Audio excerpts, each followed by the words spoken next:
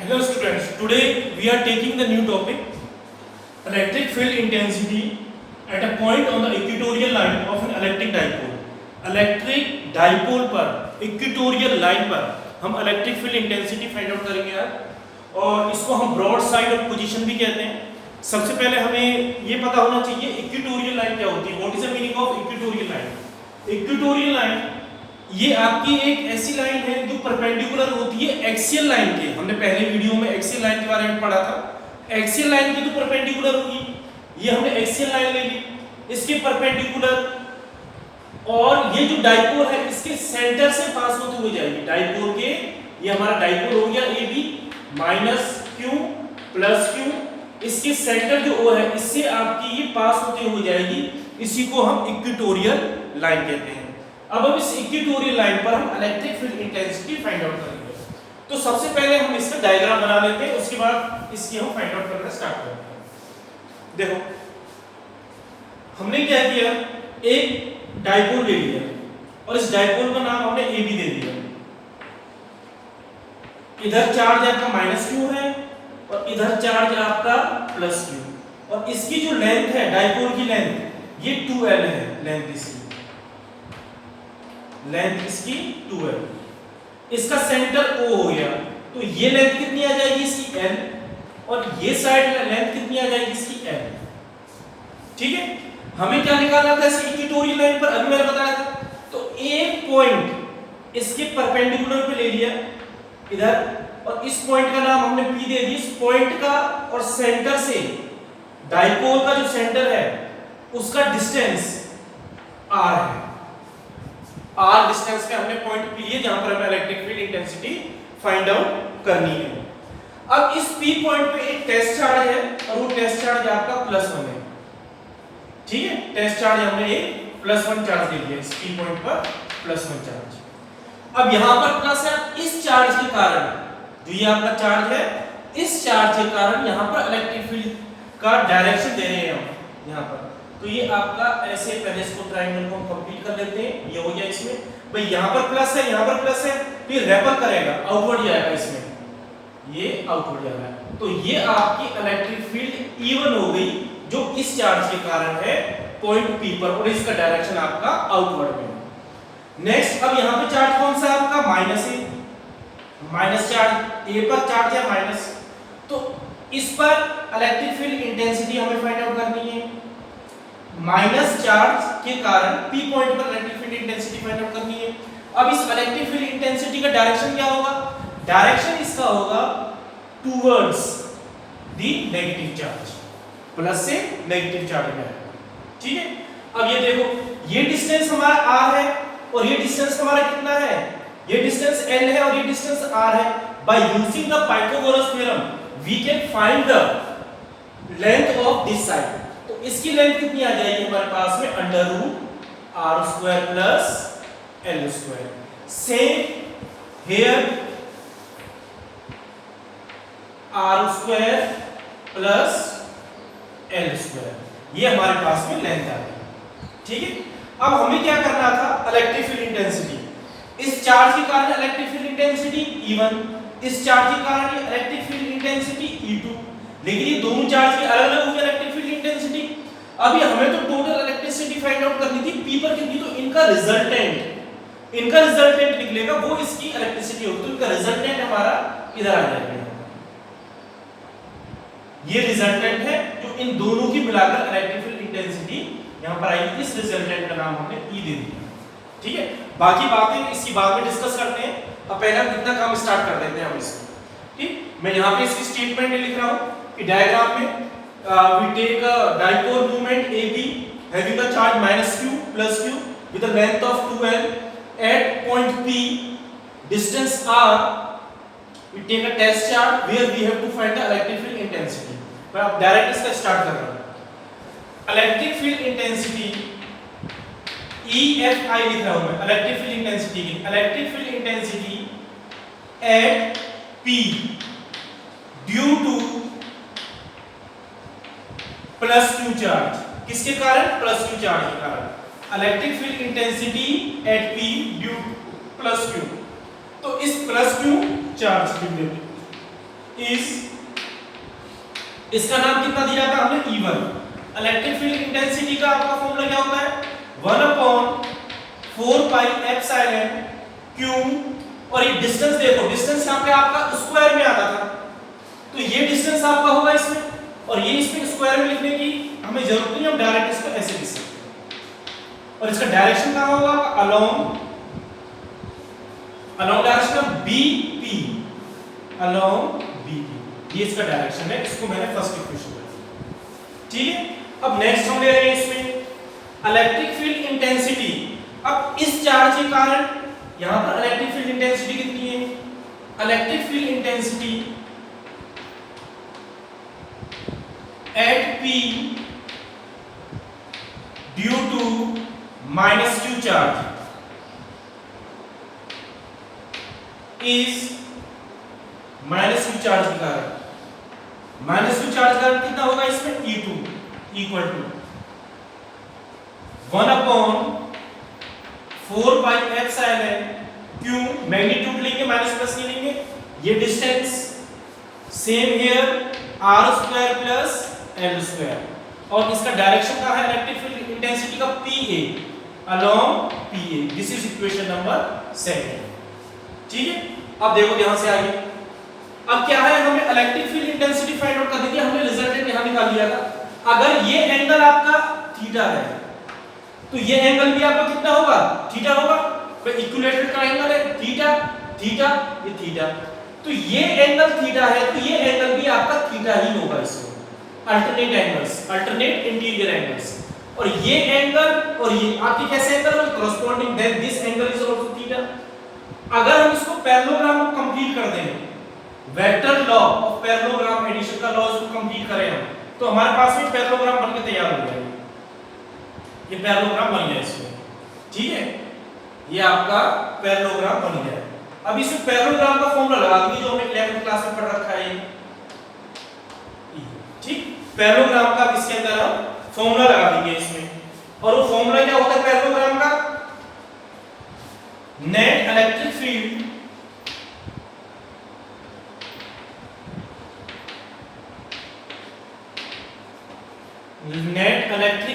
Intensity at P, net electric field intensity क्या होगी इसकी, E इक्वल टू, ठीक है, E equal to under root using parallelogram, ठीक है। पैरेललोग्राम का हम एडिशन का फॉर्मूला लगा रहे हैं, क्या था वो E1² प्लस E2, ये वाला वेक्टर का स्क्वायर, ये वेक्टर का square, plus 2 E1 E2 cos 2 theta, ये पूरा एंगल आ जाएगा थीटा, cos 2 थीटा एंगल।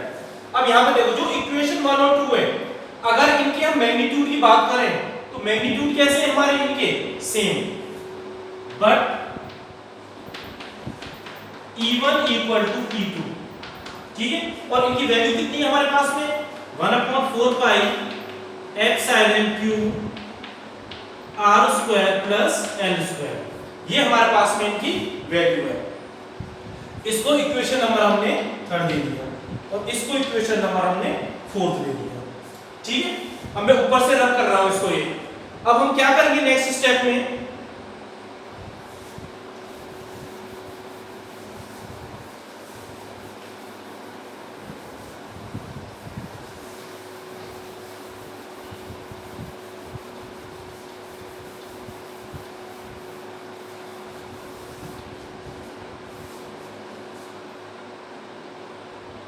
इसमें देखो अब ये बराबर है, इसको मैंने बराबर करके बाहर निकाल लिया, E इक्वल टू E1, अंदर क्या है हमारे पास में 1 प्लस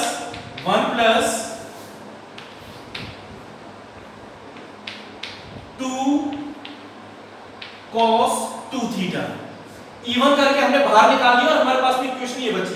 भाई ये दोनों हमने बराबर कर दिया, हमें इक्वल ले रखा है, तो ये इसके बराबर है, तो इसमें से E1 बाहर ले ली, ये भी E1 के बराबर कर दिया, ये भी E1 के बराबर कर दिया, तो E1 हमारी बाहर आ गई, स्क्वायर था, इस वजह से स्क्वायर कट जाएगा, और ये आपकी E1 इसमें बाहर आ जाएगी, यहाँ पे हमारा 1 1 रहेगा।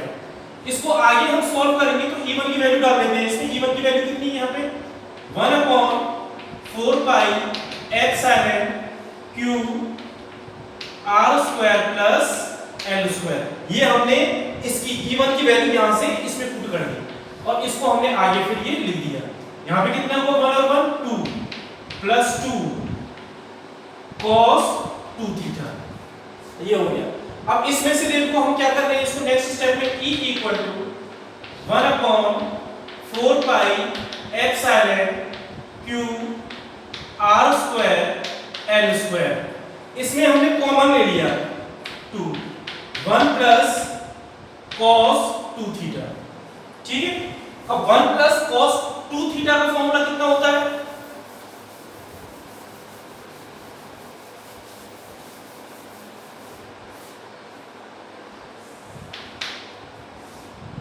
E इक्वल टू 1 अपॉन, इसमें 1 प्लस cos 2 थीटा का फॉर्मूला 2, ये आ जाएगा 2 cos स्क्वायर थीटा, ठीक। इसका फॉर्मूला ये होता है since 1 plus cos 2 theta equal to cos square theta, 2 cos square theta, ये फॉर्मूला होता है। इसमें से 2 2 पेयर बन गया, ये बाहर निकल जाएगा, cos स्क्वायर का पेयर ये बाहर निकल जाएगा।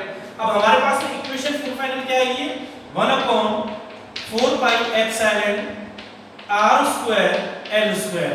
यहां पर देखो 2 ये आ गया, इसमें क्यों भी चल रहा था हमारा 2 ये आ गया और यहां पे कितना आ गया cos थीटा, ये बचा हमारे पास। अब हमको ये cos थीटा हटाना है यहां से, ये ठीक। cos थीटा के लिए हम क्या करें, इसको इक्वेशन नंबर 5, ठीक। अब इसमें देखो in triangle AOP, in triangle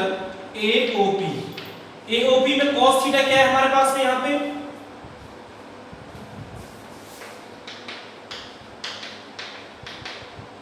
base upon hypotenuse, तो बेस कितना L और हाइपोटेन्यूज कितना है इसका r square plus L square, ये इक्वेशन नंबर 6। cos थीटा की जगह पर हम इस वैल्यू को पुट कर देंगे, पुट 6 इन 5, क्या आया हमारे पास में, अब ये E equal to Q 2L 4 pi epsilon r square L square.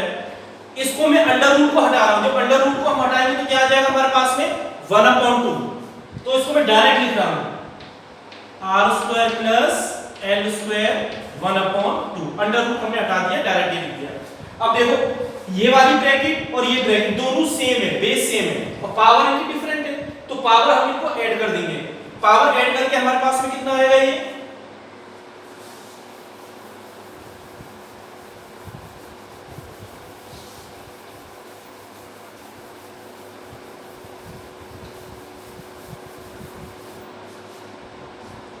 Power हमने ऐड कर दी, तो कितना आ गया E इक्वल टू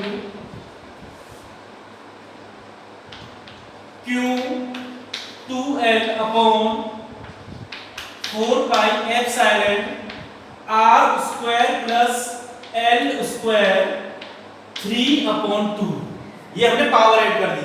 इसकी पावर कितनी थी यहाँ पर 1 और उसकी पावर कितनी 1/2, एलसीएम लेकर कितना आ गया इसका 3/2 और ये 3/2 इसकी टोटल पावर आ गई हमारे पास में, ठीक है। अब ये फॉर्मूला किसका होता है, डायपोल मोमेंट का, इसकी जगह हमने फॉर्मूला सब्स्टिट्यूट कर दिया E equal to P upon 4 pi epsilon r square plus L square 3/2। ये फॉर्मूला कहां से आया हमारे पास, P equal to Q 2L, dipole moment का फॉर्मूला, ये हमने पहले पढ़ा हुआ है। अगर इस केस में r आपका ज्यादा बड़ा है और जो ये लेंथ है भाई, ये r आपका कैसा हो गया, ज्यादा बड़ा हो गया और ये लेंथ हमारी कितनी बहुत छोटी है, तो इसको हम निग्लेक्ट कर देंगे। If r square is very greater than L square, then L square is neglected, तो कितना आ जाएगा हमारे पास में E equal to P 4 pi epsilon, देखो इसमें ये तो 0 हो गया, 2 से 2 ये कैंसिल हो गया, तो कितनी पावर बची 3, तो मैं डायरेक्ट लिख दूं यहां पे r की पावर 3, ये हमारी इलेक्ट्रिक फील्ड इंटेंसिटी आ गई टोटल, जो हमको फाइंड आउट करनी थी इस केस में। अब नेक्स्ट इसमें एक छोटा सा टॉपिक और है, उसको साथ में और ले लेते हैं हम इसमें। Relation between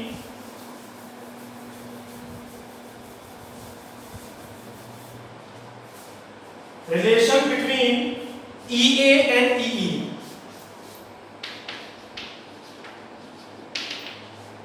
relation between EA किसके लिए है? Electric field intensity at axial line, and EE, और EE किसके लिए है? Electric field intensity at equatorial. ठीक है, वी नो, अभी हमने डेरिवेशन कर ली है। एक्सियल का फॉर्मूला कितना था? एक्सियल लाइन वाले का इलेक्ट्रिक फील्ड का 1/4 pi epsilon 2p 4 pi epsilon r cube. ठीक है, इसको इक्वेशन नंबर हमने फर्स्ट कर दिया। और इक्वेटोरियल लाइन का क्या फॉर्मूला था हमारे पास में? EE का। इक्वेटोरियल के लिए हमने EE ले लिया, E फॉर इक्वेटोरियल। इसका फॉर्मूला क्या निकाला है? हमने ये निकाला 1/4 पाई एप्सिलॉन P, यहां पे सिर्फ P है, upon R cube. Second equation. अब क्या करेंगे हम? इसको डिवाइड करें, divide first by second, first by second, divide करके हमारे पास में क्या आ जाएगा? EA upon EE equal to, ठीक है, इसको हम डिवाइड कर रहे हैं। डिवाइड करके अब देखो EA की वैल्यू कितनी है, इसको सबको ऊपर लिख दिया मैंने, 2p upon 4 pi epsilon r cube, और इसकी वैल्यू को नीचे लिख दिया, p 4 pi epsilon r cube. ठीक है, ये इसमें कैंसिल, ये इससे कैंसिल हो गया, p से p ये कैंसिल, p से p, हमारे पास यहां पे क्या बचा? 2 बचा है सिर्फ। EA upon EE equal to 2 upon 1। इसको हम ऐसे लिख सकते हैं, therefore EA equal to 2 EE। इसका मतलब electric field intensity at axial is 2 times of electric field intensity at equatorial. Clear? तो ये हमने इसमें रिलेशन निकाल लिया इसका। ये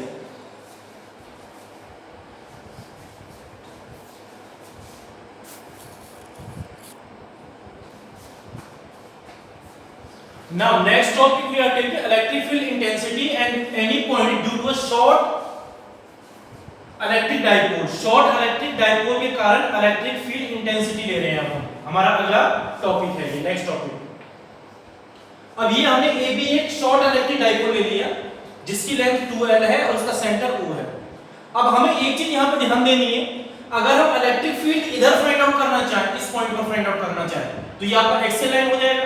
इधर फाइंड आउट करना चाहें तो ये एक्सियल लाइन हो जाएगा, और इसके बिल्कुल स्ट्रेट में फाइंड आउट करना चाहें तो आपका इक्वेटोरियल लाइन हो जाएगा, जो दो केस हमने डिस्कस कर लिए हैं।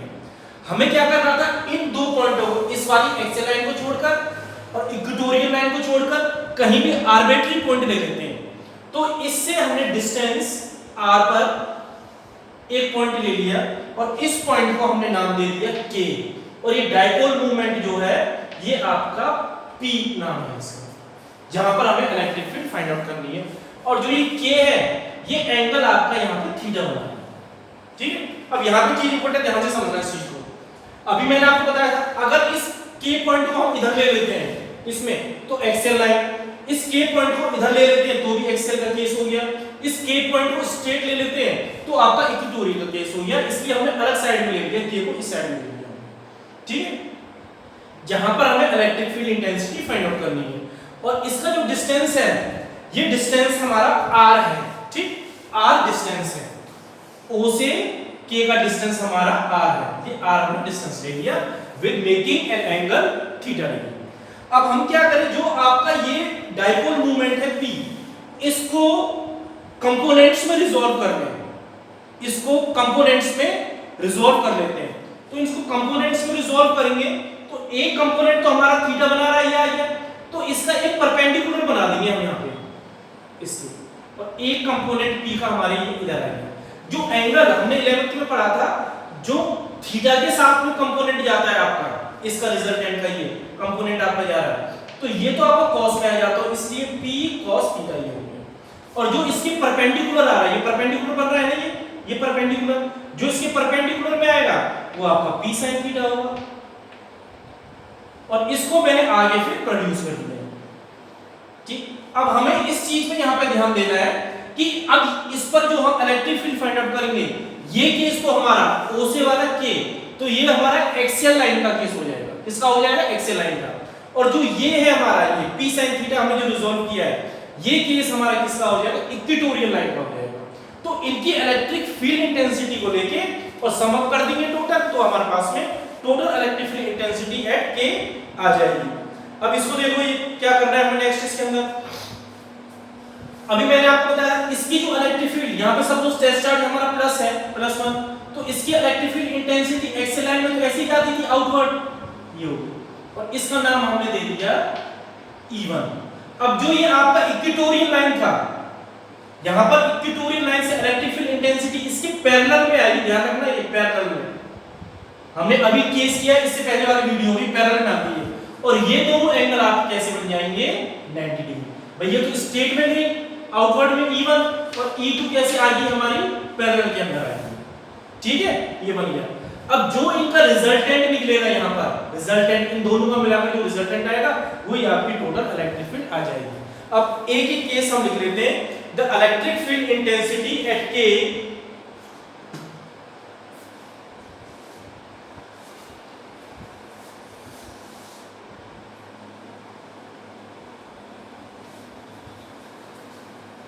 the electric field intensity at K point पे किसके कारण ले रहे हैं हम? एक्सियल लाइन की, K due to axial line.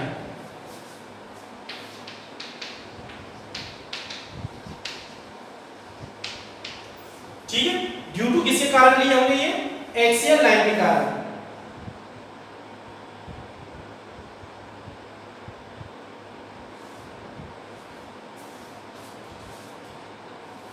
ऐसे मत करो उसको, due to short electric dipole, short electric dipole.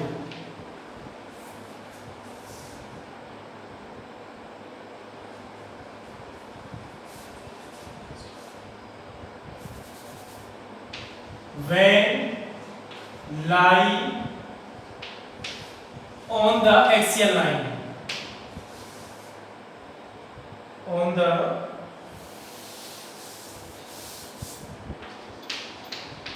axial line। ठीक है, ऐसा लिखो एक्सियल लाइन।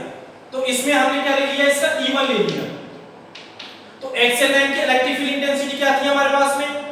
2। अब ये P नहीं लेना, P के साथ में cos थीटा लेना है हमें, 2P cos theta upon 4 pi epsilon r3। This is equation number 1। और डायरेक्शन इसका कहां होगा? ओके कह रहा हूं, अलोंग ओके। ओके कर दो, या आगे और भी हम इसका नाम देना चाहते हैं तो दे देंगे आगे, अभी इसको फिलहाल हम ओके ही कहने देते हैं इसको। ठीक, अब नेक्स्ट देखो, electric field intensity when point K lie on the equatorial line, when point K lie on the equatorial, then electric field intensity due to short dipole is, इसको E2 दे दिया। इक्वेटोरियल पे क्या आ रहा है आपका? P sin थीटा, इसके साथ हमें P sin थीटा लेना है, 4 pi एप्सिलॉन r3। ये इक्वेशन नंबर 2। अब हमें resultant electric field find out करनी है। रिजल्टेंट के लिए क्या करेंगे? इनको रेक्टेंगुलर कंपोनेंट्स को रिजॉल्व कर देंगे टोटल, ये रिजॉल्व कर दिया, ठीक है। रेक्टेंगुलर कंपोनेंट्स में हमने इसको रिजॉल्व कर दिया और यहां पर ये ई कर दिया। इस एंगल को और मैं मान के चल रहा हूं, ये एंगल आपका कौन सा ले लिया हमने, अल्फा, क्योंकि हमें डायरेक्शन भी देना है, ठीक। अब इसमें net electric field, net electric field intensity at K, net क्या हो जाएगी electric field intensity, E equal to, क्या फॉर्मूला होता है हमारे पास में, E1 square plus E2 square plus 2E1 E2 cos 90। अब एंगल कितना बन रहा है उसमें, cos 90, ठीक। और cos 90 की वैल्यू कितनी होती है, 0, तो ये चीज तो हमारी कैंसिल आउट हो जाएगी। इसमें से क्या बचेगा हमारे पास में, यहाँ पे E इक्वल टू, ये अंडर रूट में E1 की वैल्यू कितनी है, इसको पुट कर देंगे हम यहाँ पे, 2p cos theta 4 pi epsilon r cube whole square plus E2 की वैल्यू कितनी है, E2 p sin theta 4 pi epsilon r cube whole square, और ये हमारी कितनी हो जाएगी, ये साइड हमारी 0 हो जाएगी, तो इसको मैं लिख नहीं रहा हूं, ठीक है, ये 0 हो जाएगा हमारा। cos 90 क्या होता है, cos 90 इज इक्वल टू 0 होता है, ठीक। अब इनमें से कुछ हम कॉमन निकाल लेते हैं और फिर आगे इसको सॉल्व करना स्टार्ट करते हैं।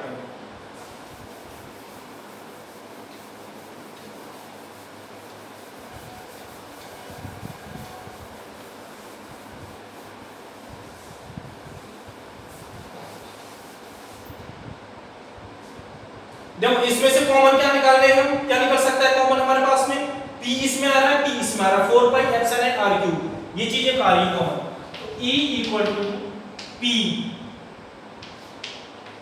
4 पाई एप्सिलॉन r क्यूब, ये चीज कॉमन आ रही है। और अंदर स्क्वायर रूट में क्या रहेगा हमारे पास में, स्क्वायर रूट में हमारे पास रहेगा 2 रह गया cos theta whole square plus sin theta whole square, ठीक है, ये चीज हमारी इसके अंदर है। अब इसको स्क्वायर रूट को ओपन कर लेते हैं हम, तो स्क्वायर रूट को ओपन करेंगे तो कितना आ गया हमारे पास में, 4 cos square theta plus sin square theta. इस 4 cos स्क्वायर थीटा को आगे दो पार्ट्स में तोड़ देते हैं हम इसको, 4 पाई एप्सिलॉन r क्यूब, किसमें तोड़ दिया, 3 cos square theta plus sin square theta, ठीक है। ये cos स्क्वायर और sin स्क्वायर थीटा कितना आ जाएगा हमारे पास में, 1 आ जाएगा।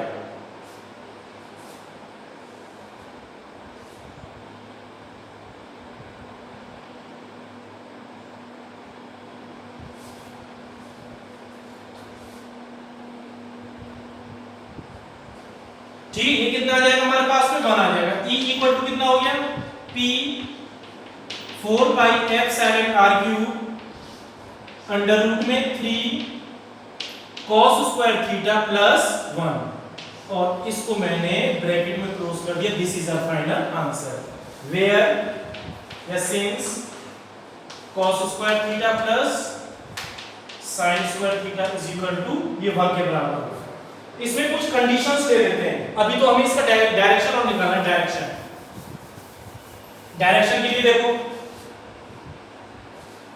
डायरेक्शन ये वाला ट्रायंगल लेंगे हम, ये और ये वाला ट्रायंगल, ठीक है। इनका नाम दे दो, एम दे दो, इसको एल दे दो और इसको एन दे दो। तो हमने ट्रायंगल लिए के एम एल, इसके अंदर tan अल्फा निकाल रहे हैं, tan अल्फा। तो tan अल्फा क्या होगा, E2, भाई ये परपेंडिकुलर साइड, तो ये परपेंडिकुलर साइड कौन सी आ रही, E2 वाली, तो E2 और बेस आपका E1, तो E1 बेस आपका क्या आ रहा है, ये वाला आ रहा है E1। तो tan अल्फा को मैं डायरेक्ट ऐसे E2 अपॉन E1 करके लिख सकता हूं इसको, E2 अपॉन E1। दोबारा फिर से मैं बता देता हूं, ये फॉर्मूला होता है परपेंडिकुलर थीटा का फॉर्मूला होता है परपेंडिकुलर अपॉन बेस। तो ये आपका अल्फा हो गया, परपेंडिकुलर साइड होगी हमारी, तो ये परपेंडिकुलर साइड इसके पैरेलल ये है, तो E2 आ जाएगा परपेंडिकुलर में, और बेस में हमारा क्या आ जाएगा E1। तो इसलिए E2 अपॉन E1 करके लिख दिया। E2 और E1 की वैल्यू क्या थी हमारे पास, जो हमने अभी निकाली थी, उसमें उसकी एक्सियल की और इक्वेटोरियल की, उनकी वैल्यूज पुट कर दो। क्या क्या वैल्यू थी, P sin theta upon 4 pi epsilon r cube multiply, और उसकी वैल्यू कितनी थी हमारे पास में E1 की 2 P cos थीटा, मैं डायरेक्ट इसको लिख रहा हूं 4 pi epsilon r cube 2P cos theta. ये सारी चीज इससे कैंसिल हो गई, P से P ये कैंसिल हो गया। हमारे पास अब क्या बचा है इसमें, tan alpha is equal to 1/2 sin cos को हम डायरेक्ट लिख देते हैं tan थीटा, और ये कितना आ जाएगा हमारे पास में, alpha is equal to tan inverse 1/2 tan theta. ये हमारा इसमें डायरेक्शन आ गया। अब कुछ कंडीशंस ले लेते हैं, इसी कुछ केसेस, डिफरेंट केसेस ले लेते हैं, स्पेशल केसेस। अगर k आपका एक्सियल लाइन पर है, जो ये फॉर्मूला था, cases if k is on axial line, axial line पे, इसका मतलब थीटा इज इक्वल टू कितना हो गया, 0। ये k हमारा कहां पर आ गया, इधर आ गया, k हमारा किधर आ गया, इधर आ गया एक्सियल लाइन पर, k वाला जो पॉइंट है ये k इधर आ गया एक्सियल लाइन पे, तो थीटा क्या हो जाएगा, 0। जब यहां पर हम थीटा को 0 रख देंगे तो हमारे पास में क्या आ जाएगा, ये इसमें E equal to P 4 pi epsilon, ठीक है, r क्यूब, यहां पे cos कितना आ गया, 0, 3 और 1 4 2, 2p आ जाएगा, मैं डायरेक्ट इसमें 2p कर दूंगा, ठीक। ये हमारे पास में इतना आ गया इसका, ये है एक्सियल लाइन का ही फॉर्मूला आ गया हमारे पास में। अगर k सेकंड कंडीशन में, if k is on equatorial line,